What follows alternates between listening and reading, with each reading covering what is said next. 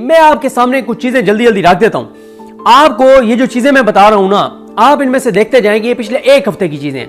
अगर पीटीआई इन 25-26 चीजों की वजह से ये सारी खबरें चलवाई जा रही हैं, क्योंकि ऐसी पिछले एक हफ्ते में चीजें हुई हैं कि कहां पे टांग गई हैं कि ये क्या हो रहा है। आप एक चीज और नोट करें, मरियम नवाज के हामी, मैं उन मकरू किरदारों के नाम नहीं लेना चाहता जो मीडिया के हैं और सोशल मीडिया के हैं। एक तो अखबार नवीस है जिनका आपको पता है कि वो एक लफ्ज अपनी मर्जी से नहीं लिख सकते, उनको बनी बनाई खबरें आती हैं। उन्होंने 2 स्टोरी छाप दी मरियम नवाज के खिलाफ। ये कैसे हो गया? 1, 2, 3 एंकर्स हैं लाहौर के, बड़े मकरू किस्म के, वो मरियम नवाज के खिलाफ शुरू हुए। नून लीग के अपने सोशल मीडिया के 4-5 लोग मरियम नवाज के खिलाफ शुरू हो गए। ये अचानक क्या हो रहा है? तो ये किस तरह से हो रहा है भाई? हालात ये हैं कि सूरत हाल उस नहज पे पहुंच गई है कि इनके अपने लोग, इनके अपने हामी एंकर, इनके अपने सहाफी इनको डिफेंड नहीं कर पा रहे। इतनी इनकी चीजें खराब हो गई हैं, इतने ये फंसे हुए हैं। ये एक आंखों का धोखा है जो आपको लगता है कि सब अच्छा है, सब ओके है, ये कंट्रोल बढ़ इनका बढ़ गया। कोई इनका कंट्रोल नहीं है इस निजाम पर। क्यों? देखें, बंदूक के जरिए सारी चीजें चला रहे हैं, ताकत के जरिए, खौफ के जरिए। लोगों में हर आने वाले दिन के साथ नफरत बढ़ रही है। लोग इस निजाम को एक्सेप्ट नहीं कर रहे और यही वो एक उम्मीद है। कोई ना उम्मीदी नहीं है, कोई ना उम्मीदी नहीं है। हाँ, पीटीआई की जो लीडरशिप है उसका घटिया किरदार है, मकरूह किरदार है, ये ले लें, इनके ऊपर आप बात कर सकते हैं। आप इनकी हिकमत अमली पे बात कर सकते हैं।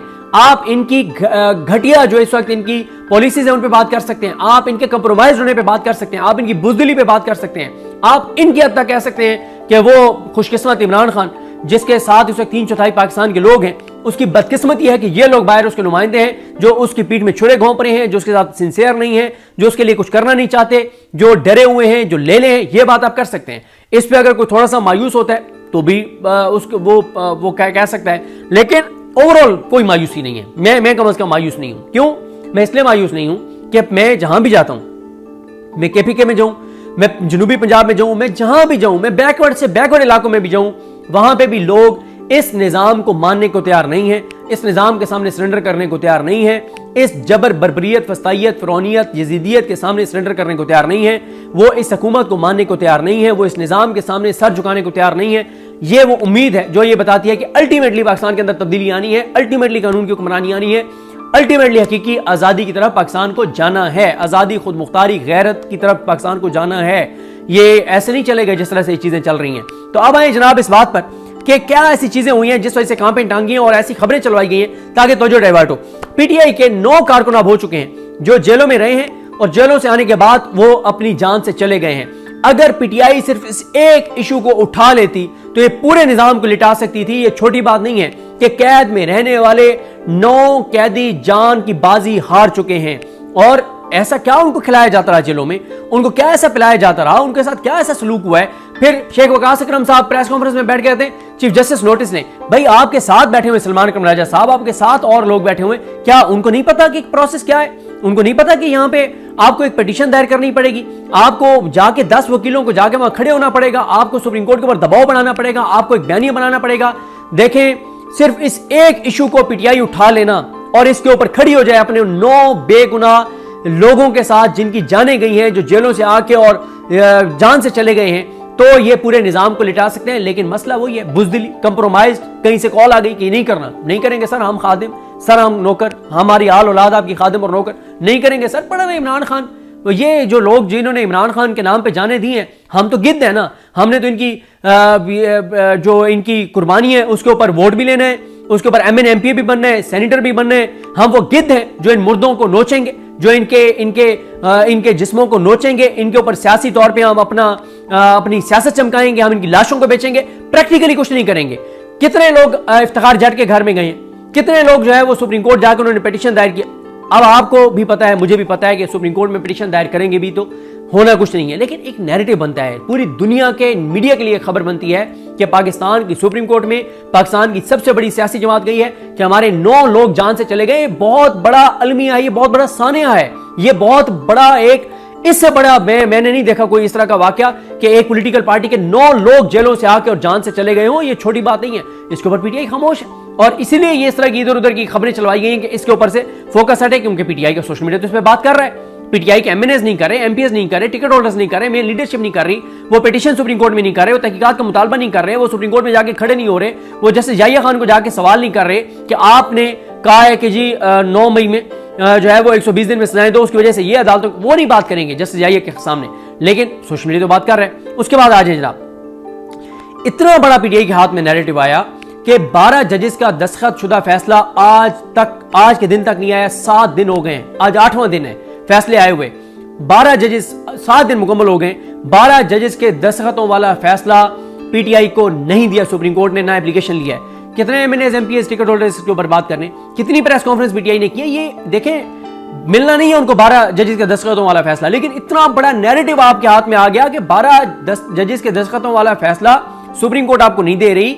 जस्टिस जाहिया खान अफरीदी की अदालत आपके साथ ये कर रही है, अमीनुद्दीन खान आपके साथ ये कर रहा है, मोहम्मद अली मजहर, मुसरत हिलाली, हसन नजर रिजवी, शाहिद बिलाल हसन, आमिर फारूक, अली बाकर नजफी या हाशिम काकड़, ये सारे आपके साथ ये कर रहे हैं मिलके, और आप कोई बात ही नहीं कर रहे। रात गई बात गई। ओ भाई, इमरान खान, मैं बार बार कहता हूं, एक चीज इमरान खान के हाथ लगती थी, इमरान खान पूरे निजाम को लिटा देता था। 12 जजेस के दस्तखतों वाला फैसला आपको नहीं मिल रहा, आज बात ही कोई नहीं है, उसके ऊपर जिक्र ही कोई नहीं है, मुकम्मल तौर पर गायब ये इशू।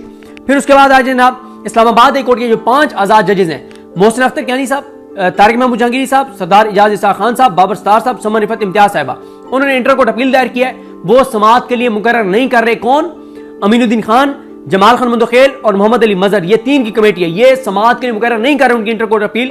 और ये वो फैसला है जिसमें उस फैसले पर इंटर कोर्ट अपील है जिसमें इमरान खान भी पेटिशनर था। इमरान खान ने इस्लामाबाद हाई कोर्ट में जस्टिस डोगर, खादिम सोमरो और जस्टिस आसिफ के ट्रांसफर को चैलेंज किया और कहा कि इनका ट्रांसफर गलत है, बदनीयती पे मबनी है, मेरे खिलाफ फैसले करवाने के लिए है, मेरे केसेस ना लगवाने के लिए है, अदलिया को बर्बाद करने के लिए है, पाकिस्तान को तबाह करने के लिए है। इमरान खान भी पिटिशनर था, इमरान खान के भी खिलाफ फैसला आया और इंटर कोर्ट अपील दायर की हुई है, वो लग नहीं रही। इसके ऊपर पीटीआई कोई बात नहीं करी, क्योंकि ये बात ध्यान में रखें, ये जो 5 जज है ना, इनके साथ कब ये ज्यादतियां और जबर और बर्बरियत शुरू हुई थी? जब टेरियान केस आया था, इमरान खान के खिलाफ था।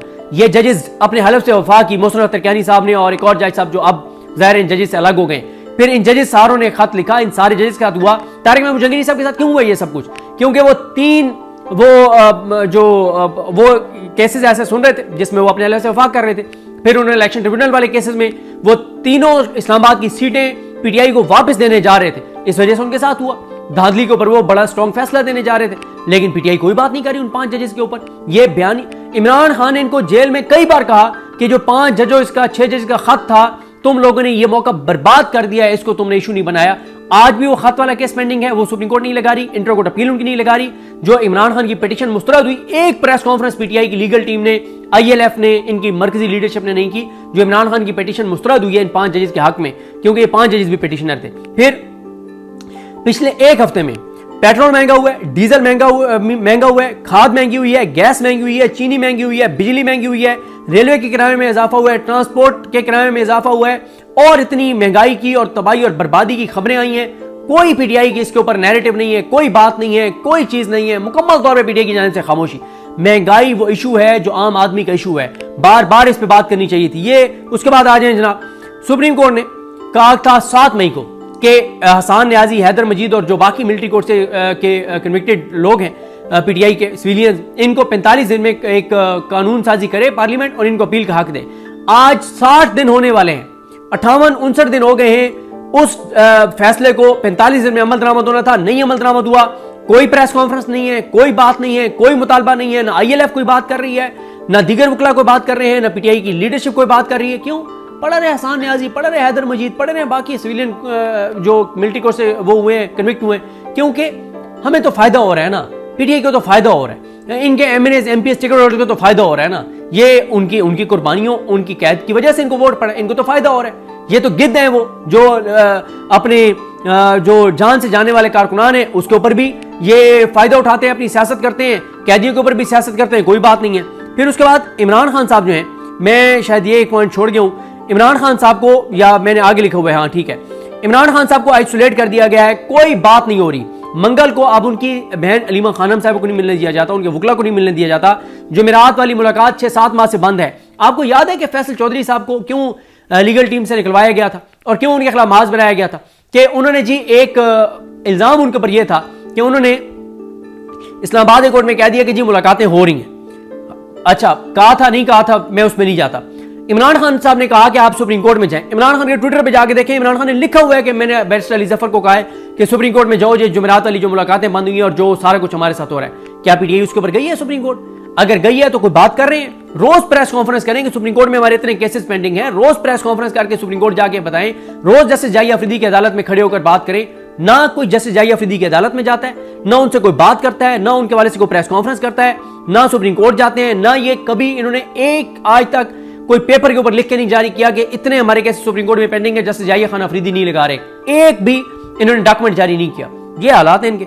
उसके बाद आ जाए जनाब, इमरान खान साहब और बुशरा बीबी का अलकादिर केस जो है उसमें 170 रोज हो चुके हैं सजा मुअत्तली की दरखास्त जस्टिस जोगर और जस्टिस आसिफ नहीं सुन रहे। कोई बात नहीं हो रही पीटीआई के अंदर, कोई बात नहीं हो रही। अलीमा खानम साहब बात करती हैं, बहनें बात करती हैं। कल 2 जगहों पे पीटीआई के कारकुनान का केस था, एक इस्लामाबादी कोर्ट में, एक एटीसी में, दोनों जगह सिर्फ अलीमा खानम गई हैं, कोई पीटीआई का लीडर वहां पे नहीं गया। उसके बाद इमरान खान साहब की अडयाला जेल में समातें रोक दी गई हैं, तोशा खाना जीएच के मामला केस, कोई बात नहीं हो रही।